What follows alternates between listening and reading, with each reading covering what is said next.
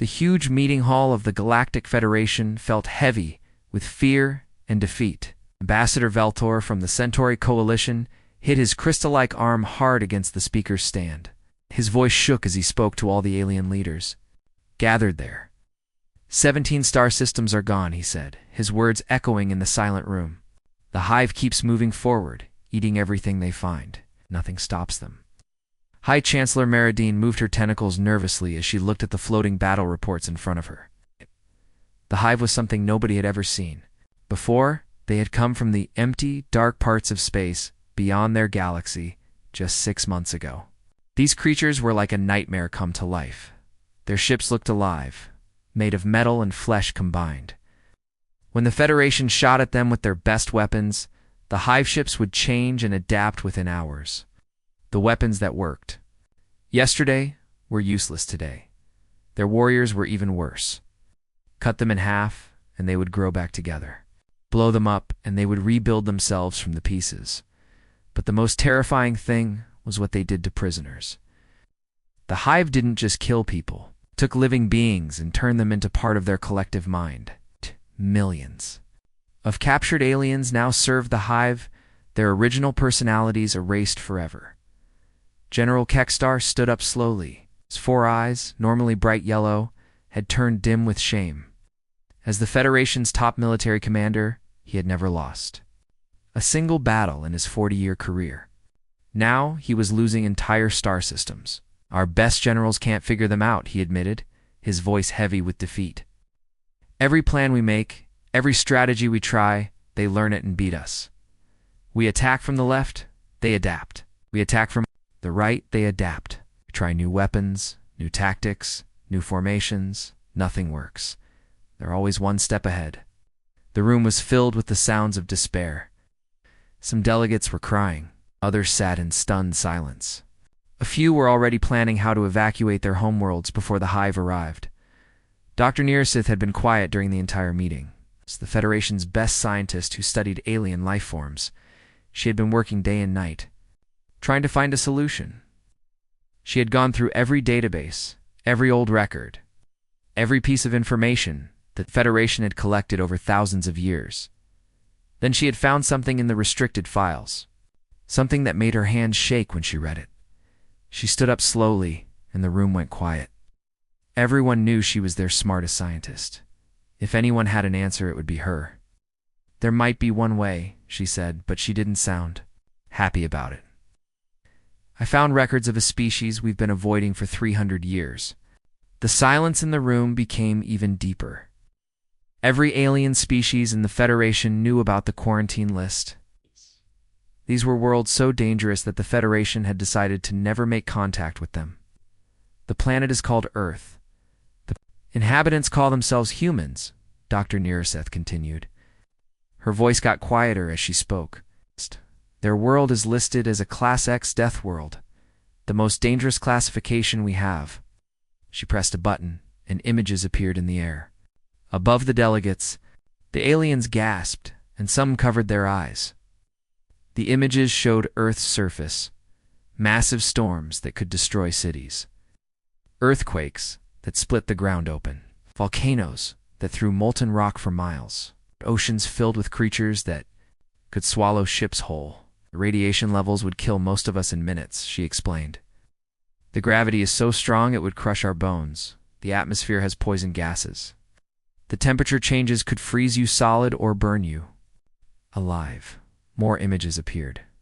These showed Earth's animals, like lions that hunted in packs, sharks with rows of razor teeth, bears that could tear apart metal with their claws, tiny insects whose bites could kill in hours. But the worst part isn't the planet, Dr. Nearseth said, her voice becoming even quieter. It's what living on that world did to the humans. Next images made several delegates faint. They showed human history. Armies of millions fighting with swords and spears. Gladiators fighting wild animals for entertainment. Humans climbing mountains that reached into space, just for fun. People jumping out of perfectly good aircraft with only a piece of cloth to save them. They don't just survive on their world, she continued. They've turned survival into a game. They've turned fighting into art. They've spent their entire history at war. Not just with other creatures, but with each other, with their environment, even with tiny germs we can't see. She showed more images. Humans in strange suits, exploring the bottom of crushing oceans. Humans walking on frozen wastelands, where nothing should be able to live. Humans launching themselves into space using controlled explosions. They've been fighting for millions of years, Dr. Narration said. Every day on their world is a battle just to stay alive. And somehow, they've turned this into strength. They don't fear death. They don't fear pain. They seem to actually enjoy danger. The Ambassador Velthor's crystal body was shaking. You want us to contact these... these monsters? Chancellor Meridian's tentacles had gone completely still. You seriously suggesting we ask these Deathworld creatures to help us? Dr. Nearseth looked around the room at all the terrified faces. These were the leaders of the most advanced civilizations in the galaxy. Species that had mastered faster than light travel, created artificial intelligence, and built cities that floated in space. And they were all afraid of creatures from one small planet.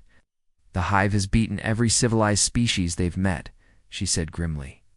Maybe what we need isn't civilization. Maybe we need something the Hive has never faced before.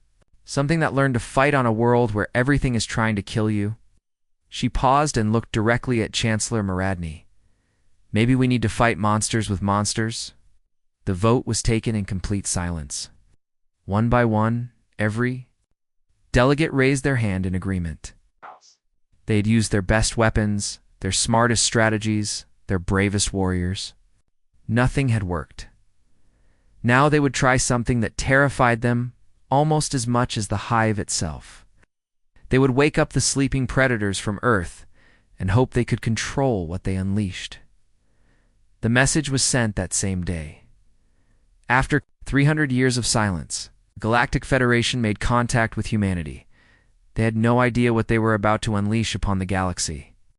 The human spaceship moved toward Federation Station Omega-7 like a bullet cutting through space. Inside the ship, Ambassador Jack Thompson sat reading through the contact papers one more time. He had no idea that just seeing his ship approach was making every alien on the station panic.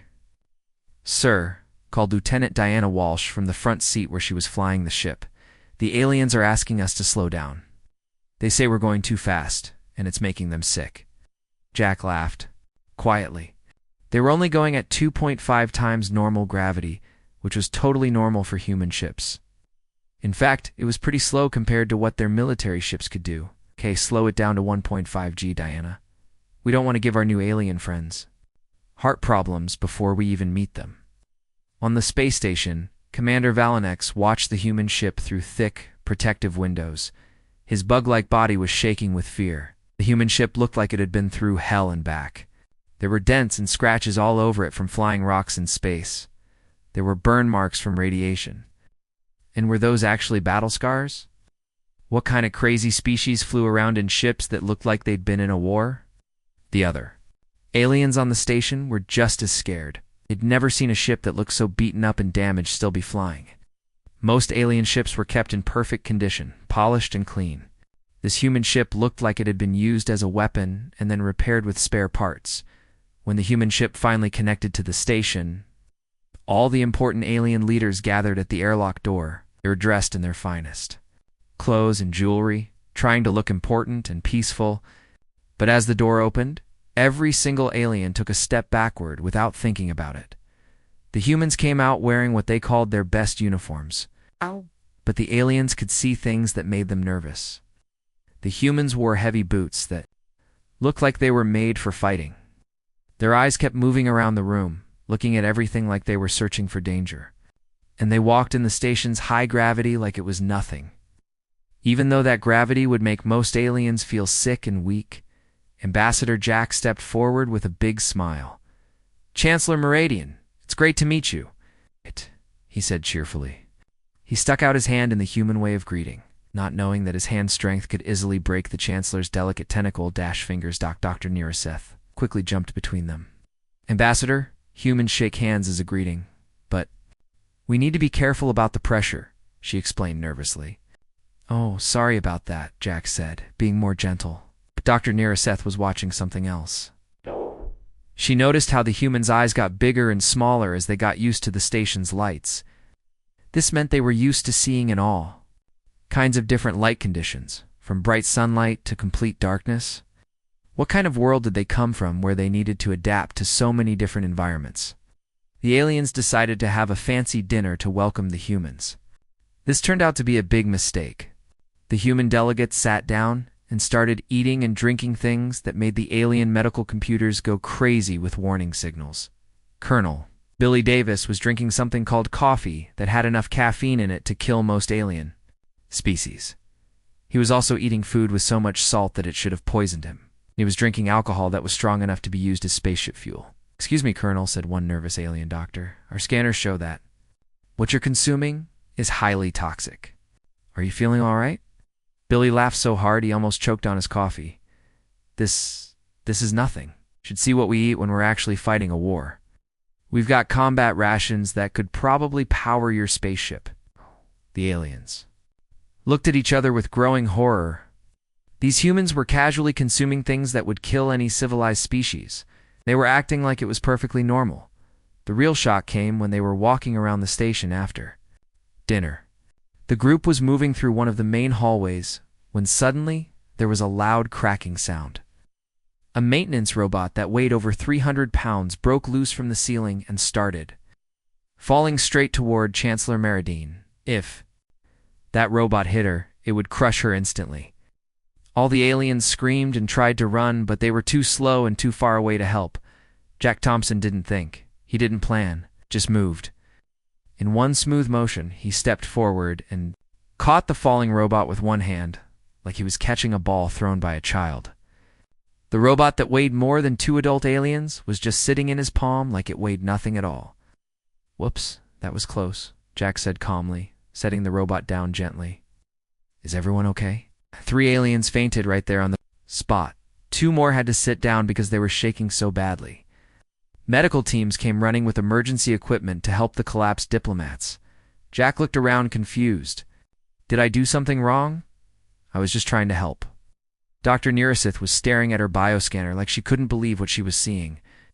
The numbers showing Jack's bone strength, muscle power, and reaction speed were impossible. According to her equipment, his skeleton was 3 times denser than any known species. His muscles were like steel cables, and his brain processed information faster than their best computers. She looked at the other, human, and realized they were all showing the same impossible readings. These weren't just people who had survived on a dangerous world. These were living weapons. Their entire species had been shaped by millions of years of fighting for survival on a planet that tried to kill everything on it. "Ambassador Thompson," she said quietly, her voice shaking.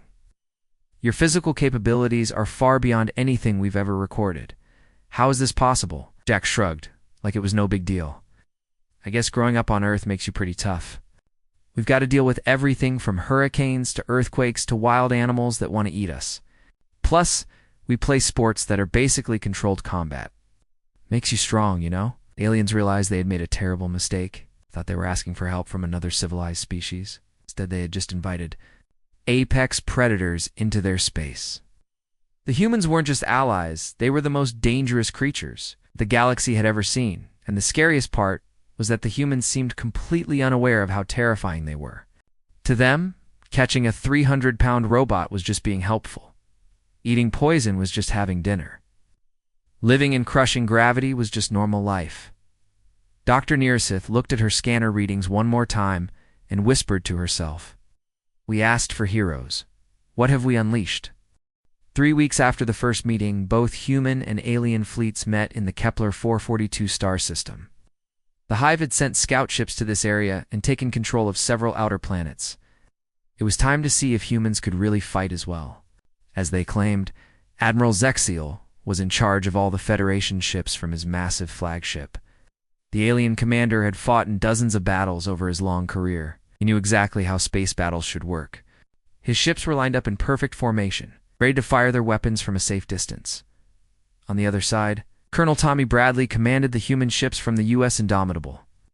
The human fleet looked much smaller than the alien force, but their ships had a different feel to them. Where the alien ships were sleek and clean, the human ships looked like they were built for war and nothing else. "Human ships, please stay at a safe distance from the enemy," Admiral Zexthal sent. Over the radio. "Our plan is to attack from maximum range with coordinated fire. This battle could take several days to complete safely." Colonel Bradley looked at his tactical screen showing both fleets. The alien ships were positioning themselves almost 500,000 kilometers away from the hive ships. That was so far away that light took over a second to travel between them. The aliens wanted to have a long, slow artillery fight where they could shoot at each other from safety. "Negative, Admiral," Bradley replied calmly. "We're going in close." Before the alien commander could argue or ask questions, every human ship suddenly accelerated straight toward the enemy. The alien crews watching on their screens felt sick, just from seeing how fast the humans were moving. The G-forces from that acceleration would have crushed most alien species into paste. "Captain." Linda Hayes was piloting her destroyer ship called the Thunderstrike through a field of hive biomines. These were living weapons that could sense approaching ships and explode with the force of nuclear bombs. Any Federation ship that got close to them would be vaporized instantly. But Captain Hayes flew between them like she was playing a video game, using her ship's defense guns to shoot down the mines that got too close. 30 seconds until we reach the enemy ships," she announced over the radio to her crew. "Everyone get ready for boarding operations." The alien commanders couldn't believe what they were hearing. Boarding operations meant that humans were planning to actually get on the enemy ships and fight hand-to-hand inside them. No civilized species had done something that crazy in thousands of years.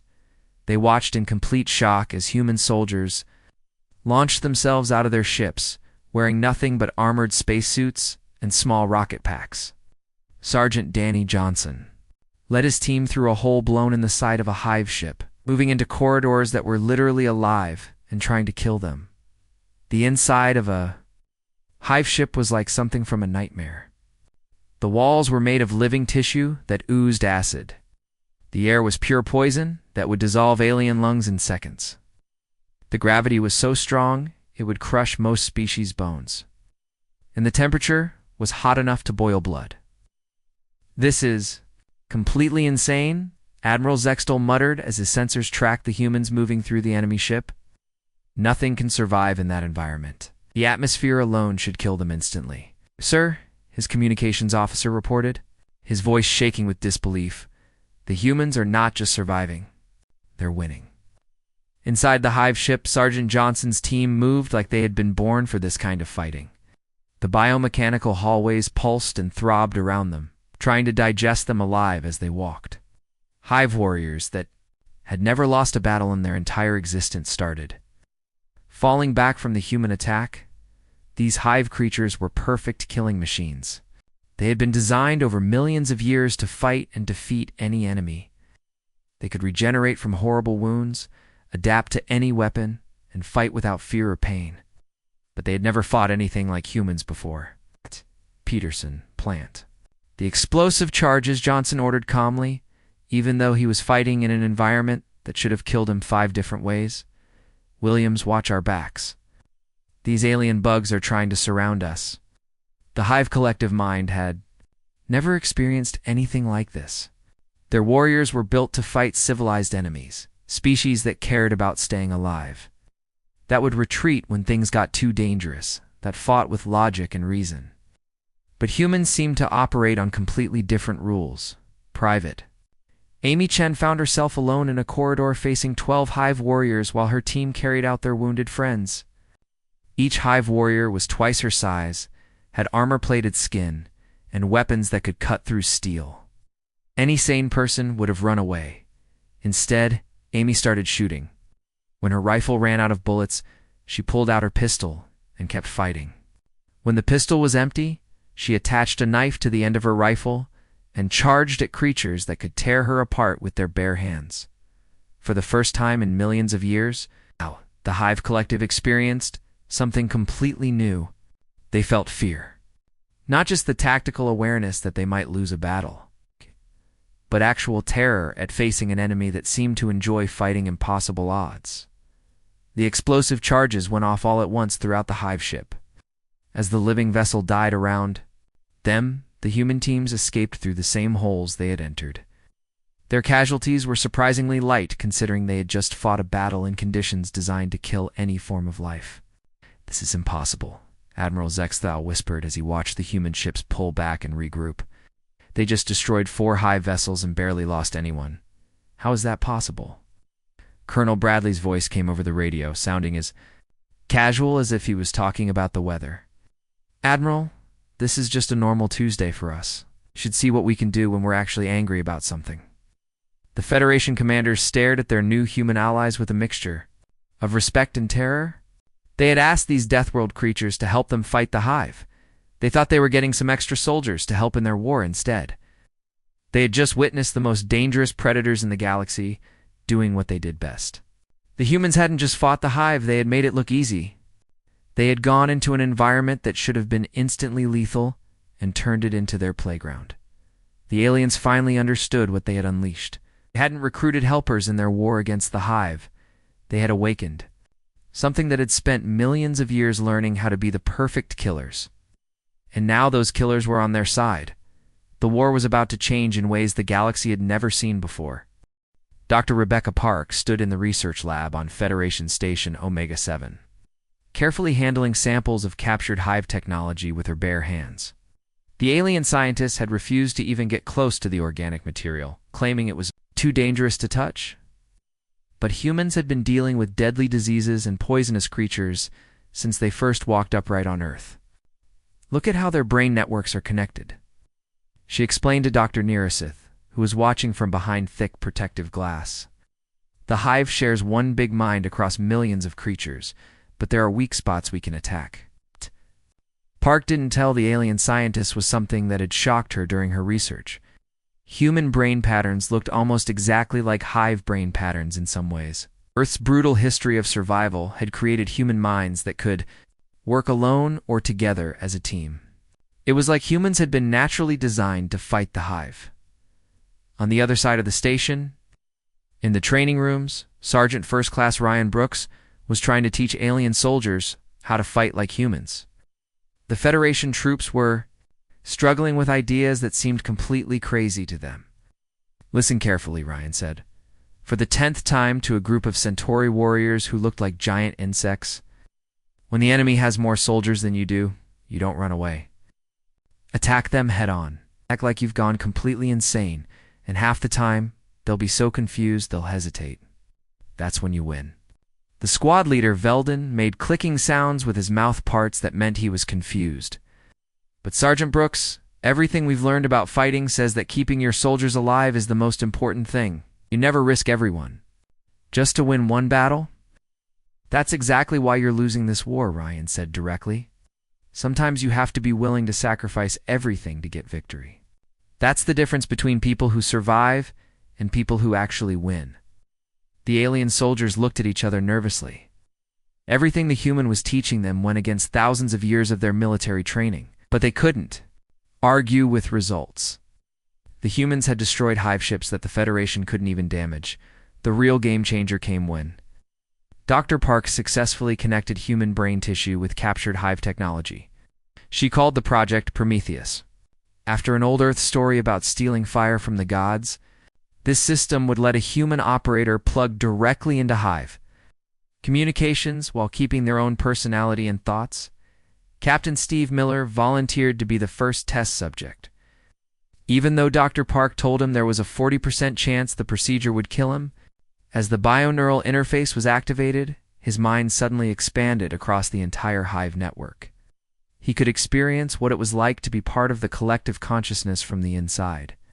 "I can see everything they're thinking," he reported, his voice eerily calm.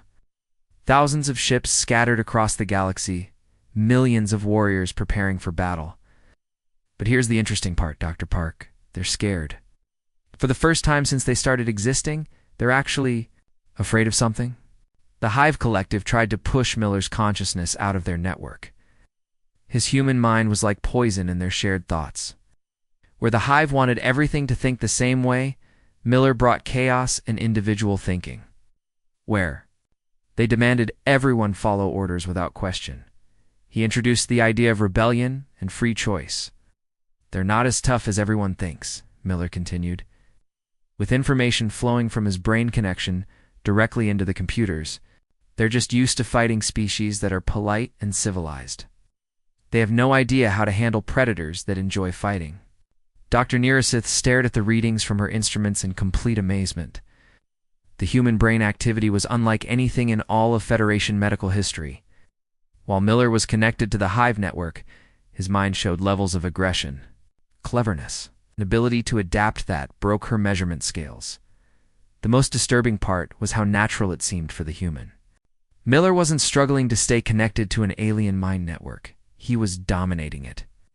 His individual human consciousness was actually stronger than the combined will of millions of Hive creatures. Captain Miller, Dr. Neresith asked very carefully, "When you look at the Hive through this connection, what do you see?" Miller's smile was the kind that predators have when they spot prey. His eyes were glowing with energy from the bioneural interface. "I see dinner," he said simply. Meanwhile, across the galaxy, the Hive Collective was experiencing something completely new and terrifying. For millions of years, they had been the apex predators of space. They consumed other species, turned them into part of their collective, and moved on to the next target. Nothing had ever challenged their dominance. But now there was something in their network that felt wrong. The human consciousness wasn't trying to join them or understand them. It was studying them like a scientist studies bacteria in a lab. It was learning their weaknesses, mapping their defenses, and planning their destruction. For the first time in their entire existence as a species, the Hive felt like prey instead of predators. They tried to adapt to counter this new threat. But how do you adapt to fight something that adapts faster than you do? How do you plan against an enemy that has spent hundreds of millions of years planning against everything? Back on the Federation station, more human volunteers were lining up for the neural interface procedure. Word had spread through the human. The fleet that they had found a way to get inside the enemy's head and cause real damage. The 40% death rate didn't scare them. If anything, it made them more eager to try. Dr. Park realized that she had created something that would change warfare forever. Humans weren't just going to fight the Hive ship to ship and soldier to soldier. They were going to invade the Hive's collective consciousness and tear it apart from the inside. The war was evolving in ways that no one had imagined. Humanity had spent 300 million years on a planet that tried to kill them every single day. They had learned not just how to survive, but how to turn survival into an art form, then turn that art form into a weapon. Now they were going to teach the galaxy what humans did best. Take something that seemed impossible to defeat and find a way to not just beat it, but completely dominate it. The Hive had made a critical mistake. They had given humans something new to hunt.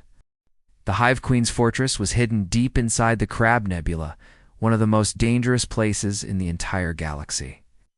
This region of space was so deadly that no Federation ship had ever made it through alive. The radiation there was strong, enough to kill entire planets. There were gravity wells that could crush spaceships like empty cans, and there were space storms that no scientist could even explain. Admiral Kelly Sullivan stood on the command bridge of the UES, Retribution, looking at the tactical maps with the cold focus that had made her the youngest fleet commander in human history.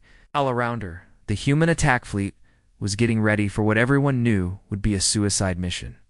"The radiation levels are getting close to lethal," reported Commander Bobby Thompson from his science station. "Even with all our protective shielding, we're going to lose a lot of people before we even reach the target." "That's acceptable," Sullivan replied, without any emotion in her voice. Those words would have shocked and horrified the Federation commanders. But humans thought about war differently than other species. Sometimes winning meant being willing to lose everything. Dr. Park's brain connection experiments had finally revealed where the Hive Queen was hiding. She was inside a massive living ship at the very center of the nebula, protected by gravity weapons that could rip apart entire planets. The Federation had looked at the target and declared it impossible to reach. Humanity had simply asked how many ships they would need to sacrifice to get there. "All ships. This is Admiral Sullivan," she announced over the radio to the entire fleet. "Remember, we're not just fighting for the Federation today. We're fighting to prove that Deathworlders never give up, no matter how impossible the odds." The first group of human ships dove straight into the nebula like bullets fired into hell. Their metal hulls started glowing white-hot from the radiation exposure. Captain Danny Hayes led his destroyer squadron through a maze of collapsed stars, using gravity slingshots that would have turned any other species into liquid paste from the acceleration forces. "We've got hull breaches on decks 7 through 12, reported Lieutenant Colonel Jessica Wright from her ship called the Thunderbolt. "We're losing air to space, but we can still fight." "Copy that, Thunderbolt. Keep going with the mission." The defenses around the Hive Queen were unlike anything humanity had ever seen before. There were biomechanical weapons that could turn empty space itself into a weapon. Living missiles that could adapt and change their attack patterns in real time.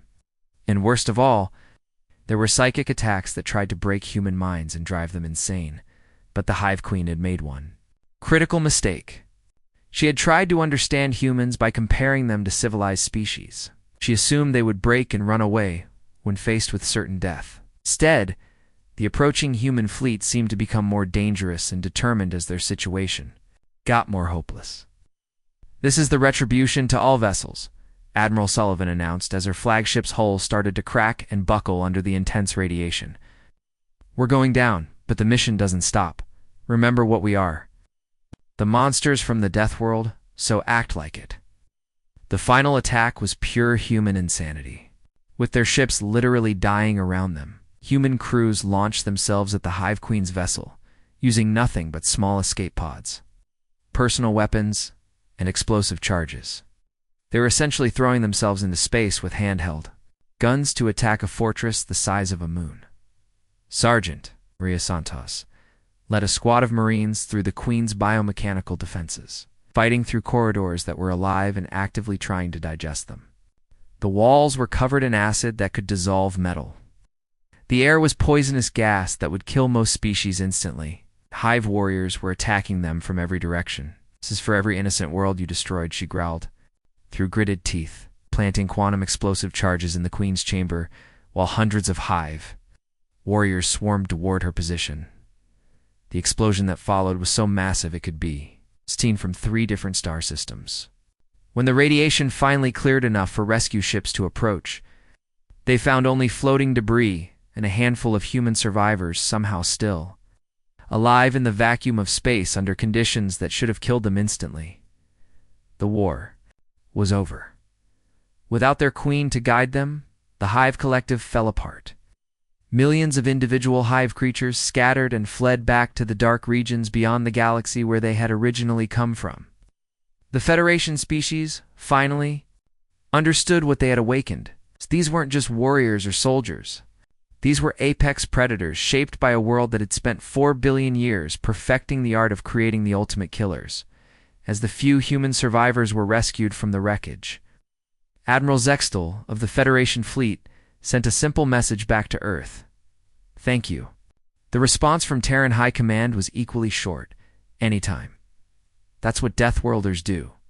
In the end, the galaxy had asked for heroes to save them from an impossible enemy. Humanity had given them something far more valuable. He had given them proof that even in the darkest corner of space, some species will never surrender, never give up, never stop fighting. The Death World had sent its children to the stars, and the galaxy would never be the same again.